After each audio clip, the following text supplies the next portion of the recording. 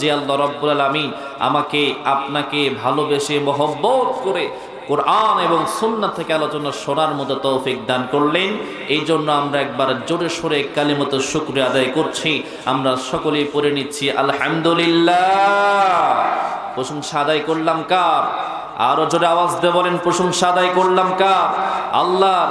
আল্লাহর প্রশংসা আদায় করলে খুশি হন কে? আল্লাহ খুশি হন। আমার আল্লাহ রাব্বুল আলামিন কুরআনুল কারীমের মধ্যে বলেন, লা ইন শাকারতুম লা আযীদান্নাকুম ওয়া লা ইন কাফারতুম ইন্না আযাবি লাশাদীদ। জোরে বলুন আল্লাহু আকবার। আমার আল্লাহ রাব্বুল আলামিন বলে, বান্দা বান্দি, আমি আল্লাহ রাব্বুল আলামিন তোমাদেরকে যে নিয়ামত রাজি দান করলাম, এই নিয়ামত পাওয়ার পরে তোমরা যদি শুকরিয়া জ্ঞাপন করো, আমি আল্লাহ রাব্বুল আলামিন কথা দিয়ে দিলাম তোমাদের নিয়ামতগুলো আমি আল্লাহ রাব্বুল আলামিন আরো বাড়িয়ে দেব। আর যদি তোমরা নিয়ামত ভোগ করার পরে, নিয়ামত পাওয়ার পরে না শুকরিয়া করো, কিছু পাই নাই, কিছু খাই নাই, এমন যদি তোমাদের মনোভাব হয়, আমি আল্লাহ রাব্বুল আলামিন বলে দিলাম ইন্না আযাবি লাশাদীদ, তোমাদের কাছ থেকে সেই নিয়ামতগুলোকে একেবারে ছিনিয়ে নিয়ে আমি আল্লাহ রাব্বুল আলামিন তোমাদেরকে যন্ত্রণাদায়ক আযাবের মধ্যে নিপতিত করে দেব। এই জন্য আমাদের প্রশংসা করা লাগবে কার? আর জোরে আওয়াজ দিয়ে বলেন, প্রশংসা করা লাগবে কার? আল্লাহ রাব্বুল আলামিন চমৎকার ভাবে বললেন, প্রশংসা আদায় করবে যারা ঈমানদার মুত্তাকি বান্দা হবে তারা, আর প্রশংসা করবে না যারা অস্বীকৃতি জ্ঞাপন করা বান্দা বান্দি হবে তারা। আমি জানতে চাই মুসলমানদের প্রশংসা করার দরকার আছে না নাই? সম্মানিত হাজিরিন, আল্লাহর পয়গম্বর মূসা আলাইহিস সালাতু ওয়াস সালাম তিনি একদিন আল্লাহ রাব্বুল আলামিনের সাথে কথা বলার জন্য তুর পাহাড়ে রওনা দিলেন। প্রতিমধ্যে একজন ব্যক্তি ডাক দিয়ে বলছে, আল্লাহর পয়গম্বর মূসা, যতটুকু জানি আপনি তো আল্লাহর সাথে সরাসরি কথা বলেন, সুতরাং আমার একটা মনের প্রশ্ন আছে, সেই প্রশ্ন যদি মেহেরবানি করে আপনি আল্লাহর কাছে করতেন এবং সেই সমস্যার যদি সমাধান আমাকে দিতেন, আমার বড় উপকার হতো।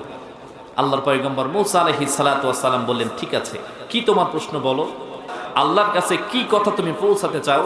সেই মানুষ বলল, ও আল্লাহর পয়গম্বর মূসা, আমি আল্লাহর কাছে জানতে চাই, দিন দিন আমার সম্পদ, আমার অর্থ, আমার টাকা পয়সা, জায়গা জমি বাড়তে বাড়তে এমন পর্যায়ে চলে গেছে যার কারণে আমি সেই সম্পদের, সেই জায়গা জমির হিসাব পর্যন্ত রাখতে পারছি না।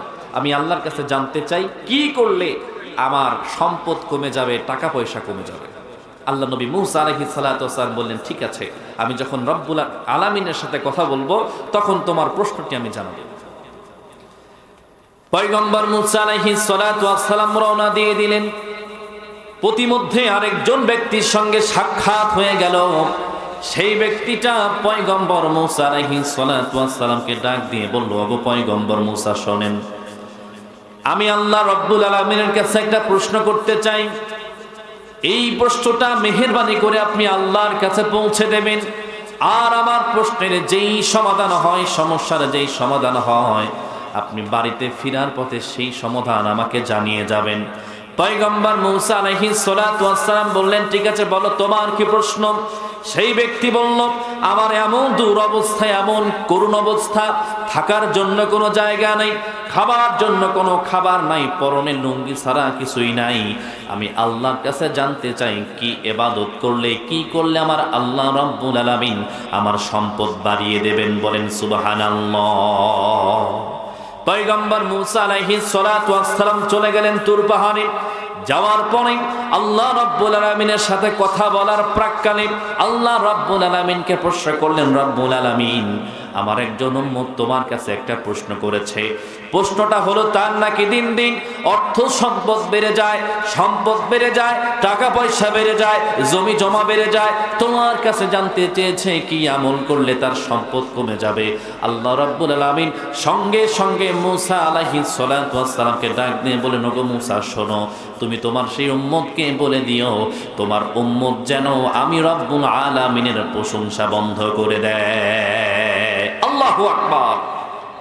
আল্লাহ রাব্বুল আলামিনের পয়গম্বর মূসা আলাইহিস সালাতু ওয়াস সালাম আবার ডাক দিয়ে বললেন, ওগো রব্বুল আলামিন, তোমার কাছে দ্বিতীয় নাম্বার আরেকজন উম্মত প্রশ্ন করেছে, তার নাকি থাকার জন্য কোনো বাড়ি নাই, খাওয়ার জন্য কোনো খাবার নাই, পরনের লুঙ্গি ছাড়া আর কিছু নাই। তোমার কাছে আবার সেই উম্মত জানতে চেয়েছে কি আমল করলে, কি ইবাদত বন্দেগী করলে তার সম্পদ তুমি বাড়িয়ে দিবা।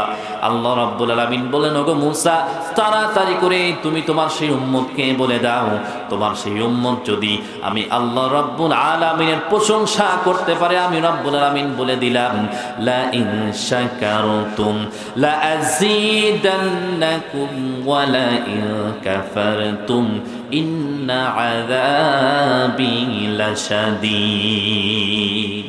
আল্লাহ রাব্বুল আলামিন মূসা আলাইহিস সালাতু ওয়াস সালামকে বললেন, মূসা, তুমি তোমার সেই গরীব, সেই কাঙাল উম্মতকে বলে দিবা, তোমার সেই উম্মত যদি আমি রব্বুল আলামিনের যথোপযুক্তভাবে প্রশংসা করতে পারে, আমি আল্লাহ রব্বুল আলামিন তার জীবনের সব অভাবগুলোকে একেবারে নিমিষেই দূর করে দেব। বলেন মারহাবা।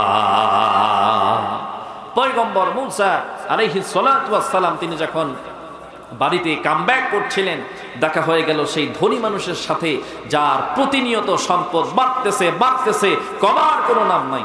বলতেছে, ওগো আল্লাহর পয়গম্বর মূসা, আপনার কাছে জানতে চেয়েছিলাম যে কি আমল করলে আমার সম্পদ কমে যাবে।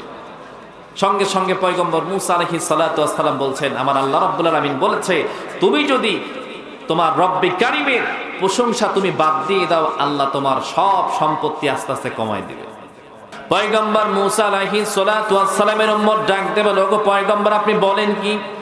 যেই সময় আমি বান্দা কোনো কিছুই ছিলাম না, আমার আল্লাহ রাব্বুল আলামিন আমাকে ভালোবেসে মুস্কি হেসে সব কিছু দান করেছেন, এখন কেমনে আমি তার সব কিছুকে ভুলে যাব? কেমনে আমি না শুকরিয়া করব? আমি করতে পারবো না। পয়গম্বর মূসা আলাইহিস সালাতু ওয়াস সালাম সঙ্গে সঙ্গে বললেন, ওগো আমার উম্মত, শোনো, তুমি যদি আল্লাহ রাব্বুল আলামিনের প্রশংসা তুমি বন্ধ না করে দাও, আর তোমার যদি কিয়ামত পর্যন্ত হায়াত আমার আল্লাহ রাব্বুল আলামিন দিয়ে দেয়, যতদিন যাবে আল্লাহ রাব্বুল আলামিন তোমার সম্পদগুলোকেই বাড়াতেই থাকবে। তিনি যখন জবাব নিয়ে চলে গেলেন, দেখা হয়ে গেল সেই গরীব উম্মতের সাথে। ওই গরীব উম্মত পয়গম্বর মূসা আলাইহিস সালাতু ওয়াস সালামকে ডাক দিয়ে বললেন, ওগো নবী মূসা, আমি আপনার কাছে জানতে চেয়েছিলাম, আমার থাকার জন্য কোনো বাড়ি নাই, পরার জন্য কোনো কাপড় নাই, একটা লুঙ্গি ছাড়া, আবার আমার খাবার জন্য কোনো খাবার নাই, কি আমল করলে আল্লাহ রাব্বুল আলামিন আমাকে রিজিক দিবেন, আমাকে সম্পদ দিবেন? সঙ্গে সঙ্গে পয়গম্বর মূসা আলাইহিস সালাতু ওয়াস সালাম ডাক দিয়ে বলল, উম্মত আমার শোনো, আল্লাহ রাব্বুল আলামিন তোমাকে বলেছে প্রশংসা করার জন্য। সঙ্গে সঙ্গে সেই ব্যক্তি বলছে, কি বলেন আল্লাহর পয়গম্বর, আমার তো লুঙ্গি ছাড়া কিছুই নাই, কিসের প্রশংসা? কোনো প্রশংসা করতে পারবো না। তাফসীরের মধ্যে আসছে এই কথাটা সেই উম্মত বলতে দেরি হয়েছে, আল্লাহ রাব্বুল আলামিন সঙ্গে সঙ্গে ঝড়কে নির্দেশ দিলেন, ও ঝড় তাড়াতাড়ি চলে যা, আমার যেই বান্দা প্রশংসা করতে চায় না, আমার যেই বান্দা আমি রব্বুল আলামিনের শুকরিয়া জ্ঞাপন করতে চাই না, ওই বান্দা না শুকরিয়া করার কারণে আমি রব্বুল আলামিন তোকে আদেশ দিয়ে দিলাম, ওই বান্দার লুঙ্গিটা তুই সঙ্গে সঙ্গে উড়িয়ে নিয়ে চলে যা। বলেন মারহাবা। ইতিহাস প্রমাণ করছে সেই মানুষটার কথাটা বলার সঙ্গে সঙ্গে একটা ঝড়ো বাতাস চলে আসলো, সেই বাতাসে সেই বান্দার লুঙ্গি পর্যন্ত খুলে নিয়ে চলে গিয়েছে। জোরে বলি আল্লাহু আকবার, আর জোরে বলি আল্লাহু আকবার। সুতরাং আপনি যদি রব্বুল আলামিনের প্রশংসা করেন, নিয়ামত বাড়িয়ে দিবে কে? আরো জোরে বলেন, নিয়ামত বাড়িয়ে দিবে কে? আল্লাহ বাড়িয়ে দেবে। আর যদি প্রশংসা না করেন, নিয়ামত তো ছিনিয়ে নেবেই, পাশাপাশি আপনাকে যন্ত্রণাদায়ক আযাবের মধ্যে নিপতিত করবেন যিনি, তিনিও আমাদের। আর জোরে বলেন, তিনি আমাদের কে?